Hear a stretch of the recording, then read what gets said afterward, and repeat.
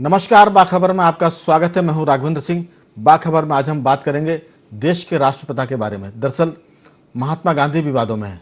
उसकी वजह यह कि धर्म संसद में जो एक बयान आया था कालीचरण का, उसको लेकर उन पर राजद्रोह का मुकदमा दर्ज हुआ और मध्य प्रदेश से उनकी गिरफ्तारी भी हुई। विवाद की वजह यहीं से शुरू होती है। महात्मा गांधी को उसके पहले भी कई बार लोगों ने अपशब्द कहे, लेकिन ये अपशब्द जो कहे गए थे, जिसका हम बाद में जिक्र करेंगे, रायपुर में जहां भूपेश बघेल मुख्यमंत्री है और कांग्रेस की सरकार है, दरअसल वहां विवाद शुरू होता है।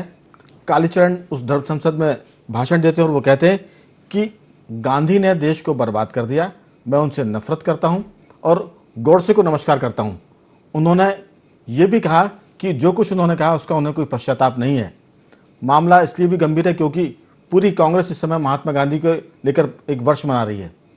उसको लेकर कह सकते हैं कि भूपेश बघेल उस पर बहुत तेजी से कार्रवाई कर रहे थे और उसके चलते मध्य प्रदेश की सरकार उनको समर्थन नहीं दे रही थी कालीचरण को, लेकिन कहीं ना कहीं वो चाहती थी कि गिरफ्तारी ना हो। इस पूरे मामले में भूपेश बघेल जो मुख्यमंत्री छत्तीसगढ़ के, उनका बयान भी आपको सुनवाएंगे। मध्य प्रदेश के गृह मंत्री नरोत्तम मिश्रा ने क्या कहा ये भी सुनवाएंगे, और छत्तीसगढ़ गृह मंत्री ताम्रध्वज साहू ने क्या कहा, वो सारी चीजें आपको क्रम से सुनाएंगे। लेकिन आपको बता दें कि इस बहाने ये भी शुरू हो गया कि दो राज्यों के बीच संबंध कैसे हो, इस पर भी बात होगी। और संघीय ढांचा कहीं इससे चरमराएगा तो नहीं, महत्वपूर्ण मुद्दा है।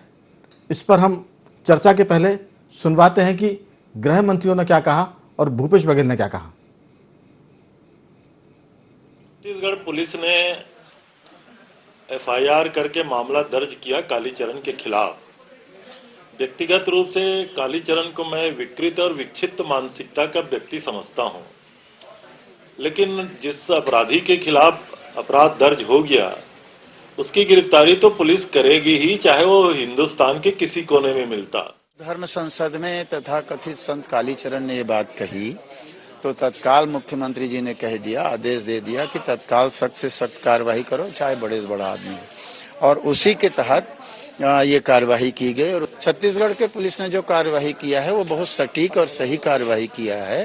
राष्ट्रपिता महात्मा गांधी के ऊपर जो अभद्र टिप्पणी की गई उसी के तहत कार्रवाई की जा रही है। बीजेपी वालों को क्यों पीड़ा हो रहा है मैं नहीं समझ पा रहा हूँ। महात्मा गांधी जिन्होंने विश्व को शांति, भाईचारा, प्रेम, सत्य और अहिंसा, समानता का संदेश दिया, और ऐसे महापुरुष के बारे में कोई अभद्र भाषा का प्रयोग करे तो उनके खिलाफ कार्रवाई होगी। और छत्तीसगढ़ पुलिस ने ये कार्रवाई की है और उनके परिवार वालों को भी सूचना दे दी गई है, उसके वकील को भी सूचना दे दी गई है और 24 घंटे के अंदर में उसे कोर्ट में प्रस्तुत कर दिया जाएगा। कालीचरण जी ने जो बोला वो भी आपत्तिजनक था। जिस तरह से इनने गिरफ्तारी की है ये भी आपत्तिजनक है। जो गलत है हम उसको गलत को गलत कह रहे हैं। रात के 3 बजे के सन्नाटे में किसी नक्सली को नहीं उठाया छत्तीसगढ़ पुलिस ने। थाने को सूचना दे के उठा लेते, गिरफ्तारी के बाद थाने को सूचना दे देते। मुझे तरीके पे आपत्ति है, ये तरीका गलत नहीं है। ये हमारी संविधान की जो संघीय भावना है उसको आहत करती है। ऐसा नहीं करना चाहिए भूपेश जी। कैसे आप बता दें, हम दोनों तो दो दल हैं, आप बता दें नियम से कैसे हुई है। कैसे बिना सूचना दिए, मतलब कोई पुलिस के नाम से फिर तो कहीं भी घुस जाएगा, अफरा तफरी का माहौल पैदा कर देगा, ऊहापोह की स्थिति पैदा कर देगा। गलत है ये कहना। तो आपने सुना कि गृह मंत्री मध्य प्रदेश के नरोत्तम मिश्रा कह रहे हैं कि उन्हें तरीके पर ऐतराज है।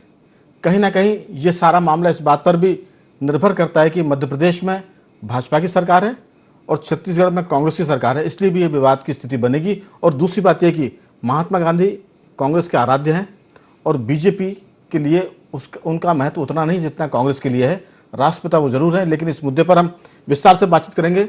छत्तीसगढ़ से जुड़े हमारे साथ इस पूरे मामले में चर्चा के लिए वरिष्ठ पत्रकार आवेश तिवारी जी, और स्टूडियो में हमारे साथ मौजूद हैं सामाजिक कार्यकर्ता कमल राठी जी। कमल राठी जी, मैं चर्चा की शुरुआत आपसे इसलिए भी करूंगा क्योंकि ये मामला राजनीतिक तो है ही है, ये सामाजिक भी है। आखिर देश या समाज इस तरह के विवादों पर किस तरह सोचता है और वो क्या चाहता है, आपकी राय? बिल्कुल, राष्ट्रपिता महात्मा गांधी हमारे लिए, पूरे भारतवर्ष के हर व्यक्ति के लिए, नहीं भारतवर्ष के पूरे विश्व के लिए एक शांति का संदेश और प्रतीक हैं। और उनके लिए अपशब्द कहना मुझे नहीं लगता कि इस दुनिया में किसी को बर्दाश्त होगा। तो भारत तो छोटा है, मैं कहूँगा दुनिया में किसी को बर्दाश्त होगा। तो उनके खिलाफ अगर अपशब्द बोले जाते हैं तो तत्काल उस पर कार्रवाई होना चाहिए। यहाँ पर दो चीज़ पे बड़ा ऐतराज़जनक था कि अगर उनने वहाँ पर आपत्तिजनक शब्द बोले, उनका विरोध वहीं धर्म संसद में ही वहाँ और भी जो हमारे धर्मगुरु थे उनने विरोध भी किया। तो वो जो एग्जीक्यूटिव मजिस्ट्रेट वहाँ ड्यूटी पे था, क्योंकि ऐसे सब कार्यक्रमों के लिए अनुमति ली जाती है, तो जब वो ड्यूटी पे था तो उसे तत्काल निर्णय लेके वहाँ गिरफ्तार करना था, लेकिन उसने वहाँ छोड़ा। तो ये कहीं ना कहीं मुझे लगता है कि उसके बाद इस पे विचार करने के बाद एक एफआईआर की बात, जबकि सोमोटो में एग्जीक्यूटिव मजिस्ट्रेट को अधिकार है, ये भारत के संविधान में उनको अधिकार प्राप्त है, क्रिमिनल प्रोसीजर एक्ट में अधिकार प्राप्त है, वो उन्हें गिरफ्तार कर सकते हैं। तो वहीं पर गिरफ्तार करना था, उसको 4 दिन तक जाने देना, उसके बाद गिरफ्तारी करना। और जो गिरफ्तारी का तरीका है वो हमारे माननीय उच्चतम न्यायालय के संदीप कुमार वर्सेस दिल्ली और यूपी के खिलाफ 12 दिसंबर 2019 को पारित आदेश और गाइडलाइन का उल्लंघन है। तो इसका फायदा कहीं ना कहीं वो कालीचरण महाराज को ही मिलेगा। तो मुझे ऐसा लगता है कि सरकार को इसके पहले सोचना समझना था, आराम से कर सकती थी, सारे नियमों का पालन करके करती, तो कालीचरण महाराज को जो गुंजाइश बच रही है छूटने की या गिरफ्तारी में कोई और जो राय क्या कहना चाहिए कि कानूनन उसको जो एक लूपहोल उसे मिलेगा तो वो खत्म हो जाता। बिल्कुल, ये आपने एक ठीक बात उठाई कि अगर इस पूरे मामले में स्थानीय प्रशासन बहुत सक्रिय होता, सजग होता, तो शायद कालीचरण वहीं गिरफ्तार हो जाते और ये नौबत नहीं आती, 2 राज्यों के बीच विवाद की स्थिति नहीं बनती। मुझे लगता है कि ये जो सारा मामला कहीं ना कहीं राजनीतिक मामला भी है और ये इस बहाने, कालीचरण की गिरफ्तारी के बहाने गांधीवाद वर्सेस बीजेपी भी पूरे देश में इसको मुद्दा बनाएगी और कांग्रेस भी इसको मुद्दा बनाएगी। राठी जी, मैं लौटूंगा आपके पास, एक सवाल छोड़ के जा रहा हूं। इसके पीछे कानून अपनी जगह है, लेकिन सियासत भी ऐसा है कि सक्रिय जरूर है, क्योंकि गाली और अपशब्द तो लोग भगवान को भी देते हैं, लेकिन जितनी प्रतिक्रिया इस मुद्दे पर हुई, ये कहीं ना कहीं इसमें राजनीति भी नजर आती है, क्योंकि कांग्रेस के आराध्य हैं, देश के आराध्य हैं, क्योंकि राष्ट्रपिता हैं महात्मा गांधी, लेकिन बीजेपी इसको थोड़ा कम स्वीकार करती है। मैं लौटूंगा आपके पास। हमारे साथ टेलीफोन लाइन पर रायपुर से वरिष्ठ पत्रकार आवेश तिवारी भी जो है। आवेश जी, आपका बहुत बहुत स्वागत है। धन्यवाद। इस पूरे घटनाक्रम को छत्तीसगढ़ किस ढंग से देखता है, क्योंकि मध्य प्रदेश में छत्तीसगढ़ पुलिस आती है, कालीचरण को गिरफ्तार करती है। ये हम इसकी तुलना बहुत सारे मामलों में कर सकते हैं कि जब सीबीआई कलकत्ता पहुंचती है तो वहां की मुख्यमंत्री, वहां की सरकार उनको मदद नहीं करती, विरोध करती है। तो ये जो मामला है, कहीं ना कहीं 2 दलों की सरकारें हैं दोनों राज्यों में, इसलिए भी ये विवाद है क्योंकि मध्य प्रदेश में बीजेपी की सरकार है। एक घटना का मैं जिक्र करूंगा, विकास दुबे एक अपराधी था उत्तर प्रदेश का, जब वो मध्य प्रदेश में पकड़ा गया तो यहाँ किसी किस्म का विवाद इसलिए नहीं हुआ क्योंकि दोनों राज्यों की सरकारें भाजपा की थी और यूपी की सरकार, पुलिस आती है और उनको यहाँ से पकड़ कर ले जाती है। मुझे लगता है कि इसमें एक तरह से राष्ट्रपिता का अपमान तो है ही है, लेकिन कहीं ना कहीं सियासत भी है। आपका नजरिया क्या है इसमें? जी देखिए, एक बात हम सबको देखनी होगी कि यह विवाद जो है, जो छत्तीसगढ़ में रायपुर में धर्म संसद का आयोजन हुआ, वह हरिद्वार के धर्म संसद के आयोजन के तत्काल बाद हुआ। हरिद्वार में जिस तरह से तमाम वहां पर हिंदूवादी नेता जिस तरह से भाषण दे रहे थे, आग उगल रहे थे, हथियार उठाने की बात कही जा रही थी, उसको लेकर के वहां पर एफआईआर तो दर्ज हुई, लेकिन वहां के डीजीपी ने उत्तराखंड के उनकी गिरफ्तारी से इनकार कर दिया। किसी की गिरफ्तारी वहां पर नहीं थी। उसके बाद जब यह रायपुर का 2 दिवसीय धर्म संसद हुआ और जिसमें जिस तरह से कालीचरण महाराज ने जिस तरह का भाषण दिया, तो यह सवाल छत्तीसगढ़ सरकार पे खड़ा होने लगा कि वहां यहाँ भाषण देकर के महात्मा गांधी, जो कि देश के राष्ट्रपिता हैं और हम सबके प्रिय हैं, उनके खिलाफ इस तरह का शब्द बोल करके कोई बाबा जो है वो छत्तीसगढ़ आया और छत्तीसगढ़ से फिर चला गया। तो दरअसल भूपेश बघेल ही नहीं, कांग्रेस की पूरी साख फंसी हुई थी। और एक दूसरी बात यह थी कि हरिद्वार में जो घटनाक्रम हुआ, जिस तरह से केंद्रीय गृह मंत्रालय, उत्तराखंड सरकार खामोश रहे, भाजपा खामोश रही, तमाम हिंदूवादी संगठन खामोश रहे, उसके बाद यह सोचा जा रहा था कि देखना है कि छत्तीसगढ़ में क्या होता है। मैं इधर बीच पिछले एक हफ्ते से देख रहा था भूपेश बघेल जहां जिस कार्यक्रम में जा रहे थे वहां पर यह सवाल उनसे पूछा जा रहा था कि क्या भैया छत्तीसगढ़ में भी यही होगा कि गाली देकर के गांधी जी को कोई फरार हो गया, और तमाम सोशल मीडिया पर भी ऐसा बातें चल रही थी। अब जब कालीचरण महाराज को आवेश जी, मैं गिरफ्तार थोड़ा सा कर इस लिया। चीज में एक चीज जोड़ना चाहूंगा।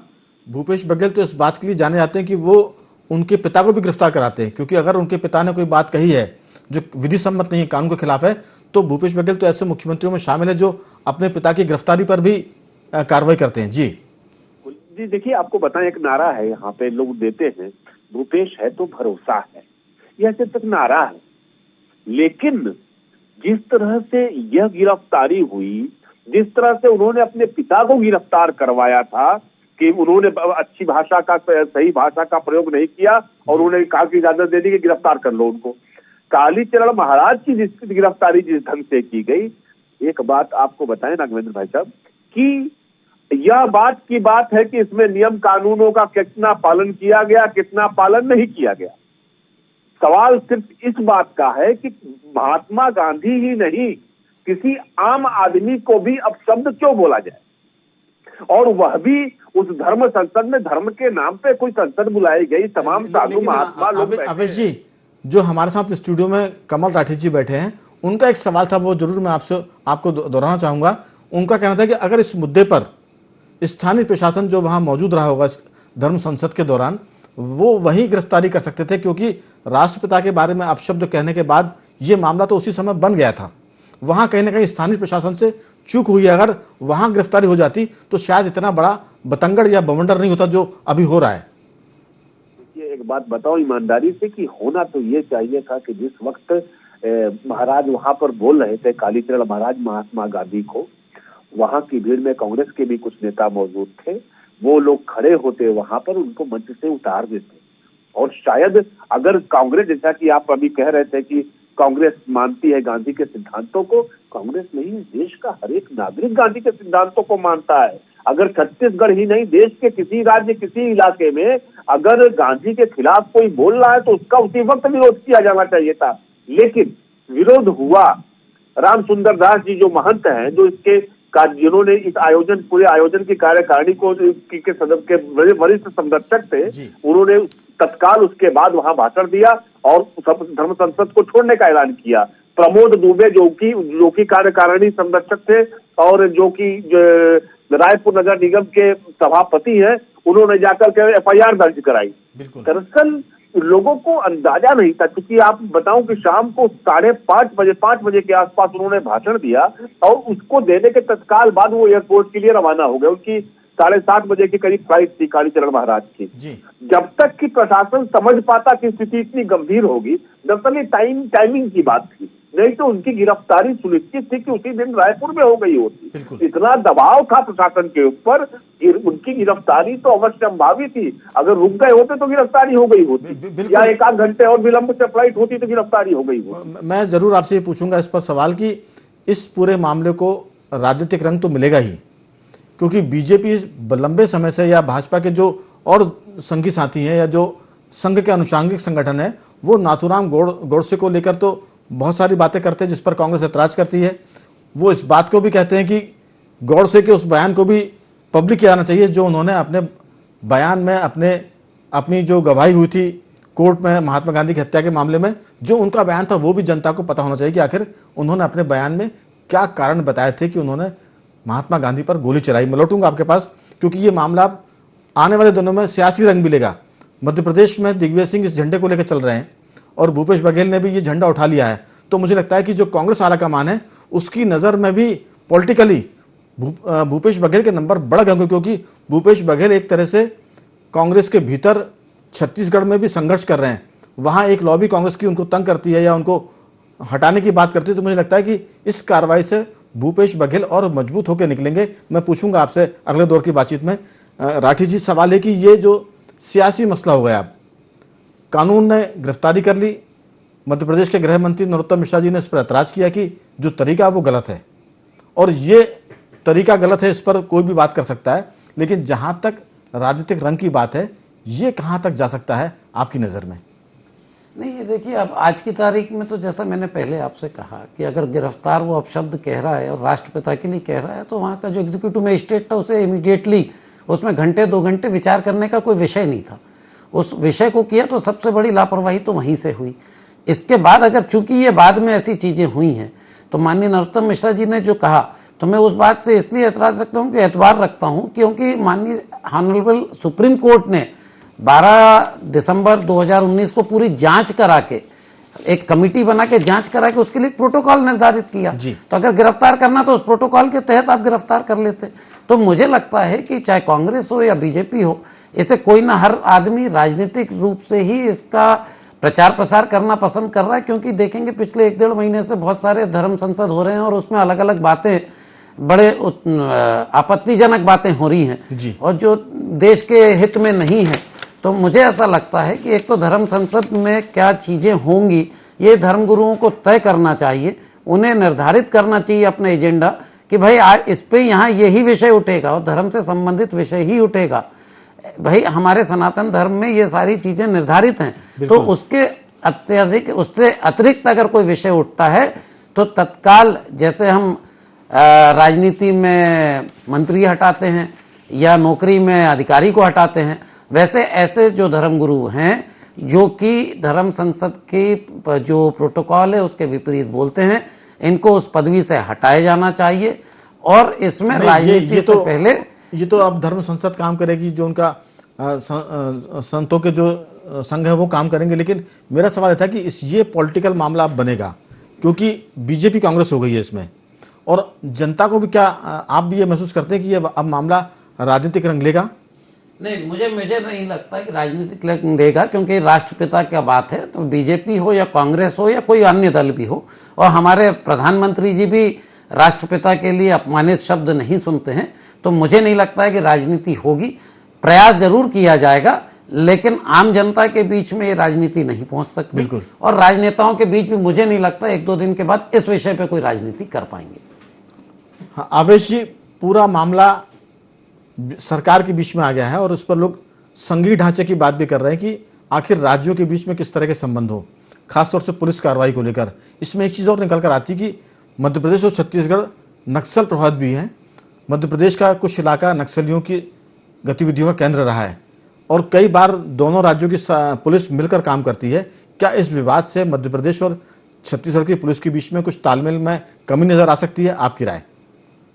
जी देखिए, एक बात बताऊं, नरोत्तम मिश्रा जी के बयान को आप लोग कैसे देख रहे हैं मैं नहीं जानता, लेकिन मेरी दृष्टि एकदम स्पष्ट है। मैं जान रहा हूं, समझ रहा हूं कि नरोत्तम मिश्रा इस वक्त केंद्र सरकार, खास तौर से नरेंद्र मोदी जी, अमित शाह और वह सारे लोग देश में जो कि हरिद्वार के धर्म संसद के बोलने वालों के साथ खड़े थे या साथ खड़े महसूस होते हैं, उनको कट्टर हिंदुत्व के जो समर्थक हैं उनको खुश करने के लिए यह सारी बातें कही जा रही हैं। अगर किसी और की गिरफ्तारी हुई होती जो किसी धर्म संसद में शामिल न कोई अपराधी होता तो शायद नरोत्तम मिश्रा भी कुछ नहीं बोलते, कोई बात नहीं कहते। यहाँ पर बात सिर्फ नंबर बढ़ाने की है कि देखिए, क्योंकि एक बात आप समझिए इस चीज को कि अगर मध्य प्रदेश पुलिस, मध्य प्रदेश के गृह मंत्रालय के नाक के नीचे से अगर छत्तीसगढ़ पुलिस किसी वांछित को उठा करके ले जा रही है, वांछित और चर्चित किसी बाबा को उठाकर ले जा रही है, ये तो बड़े शर्म की बात है, ये तो बड़े दुख की बात है। जहां तक मैं लौटूंगा ये मामला।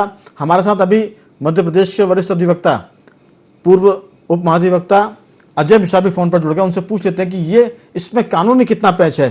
क्या एक राज्य की सरकार, पुलिस दूसरे राज्य में जाकर स्थानीय पुलिस की जानकारी के बिना कोई कार्रवाई कर सकती है, या वो डीजीपी के संपर्क में आए बिना कोई कार्रवाई कर सकती है? अगर वो ऐसा करती है, बिना किसी संपर्क के कार्रवाई करती है, तो वो कितना उल्लंघन करती है कानून का या दो राज्यों के बीच संबंध का? अजय मिश्रा जी, आपका बहुत बहुत स्वागत है।